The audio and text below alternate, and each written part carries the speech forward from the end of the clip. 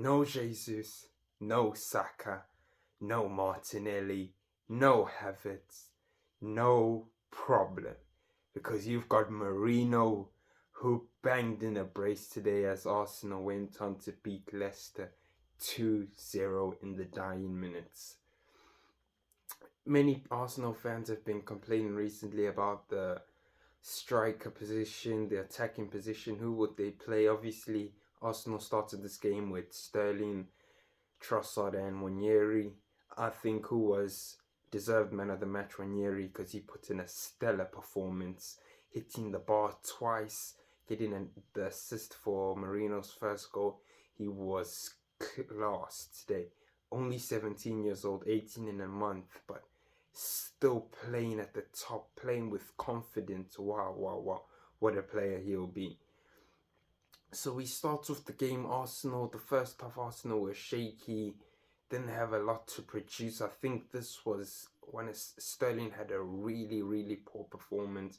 Obviously, Trossard had a decent performance today with him getting an assist too, but it was a really poor performance at the start for Arsenal, the first half.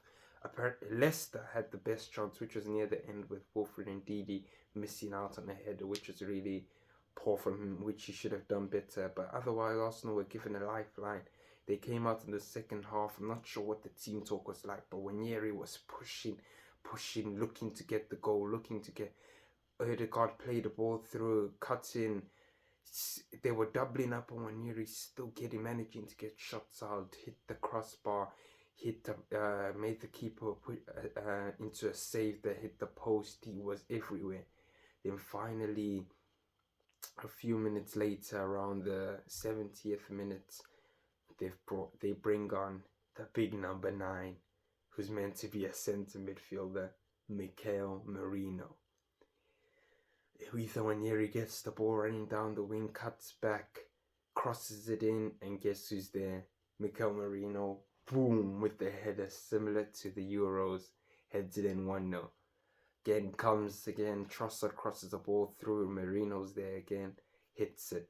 2 chances, 2 goals. That's what you call prolific. Havertz must be watching that and thinking, wow, I need to get better. Or this guy might take my place. Arteta, Edu thinking, do we need a striker in fact? When we can play Merino up there. They've got another option at striker too with Calafiori. Why do we need a striker? I'll look at the Arsenal team. I think Raya had a decent performance. Timber, Saliba, Gabriel, Lewis Kelly. I don't think it was his best performance, but he had a good performance. Declan Rice, obviously, solid performance always. Partey, solid performance. Odegaard, I don't think it was his best performance, but it was decent. Sterling, poor performance. They were probably looking at him to oldest guy in the attack, make sure he does something. He couldn't get on the ball, couldn't dribble past his man, didn't do much. It was, on the other hand, the youngster, Nwaneri, who did most of the troubling. They were doubling up on someone who's 17 years old, which shows the class he produces. It was really good from Merino comes on, takes Sterling's place, plays exceptionally well. Then obviously we see them bring on Kieran Tierney to shore up stuff afterwards. Leicester, we always knew Leicester it was gonna be a hard time, even without Arsenal's best attacking 3. It would still be hard for Leicester to get into the game. And obviously it was one for Ruud van Nistelrooy who have to take to the chest because it was inevitable. But otherwise, Arsenal played until Merino's goal. There wasn't much of a goal threat. There was in terms of Nwaneri, but there wasn't much goals coming until obviously they put a big man up front, Merino, who could head the ball. Trossard wouldn't have headed the ball as he was smaller, so they needed a presence up there. And obviously Merino provided that, scored a brace.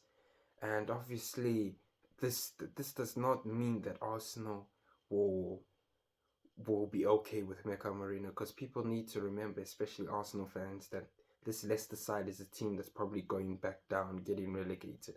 When you start playing teams like even a West Ham that they'll play next week, and Nottingham Forest, who although they lost today, will produce a threat.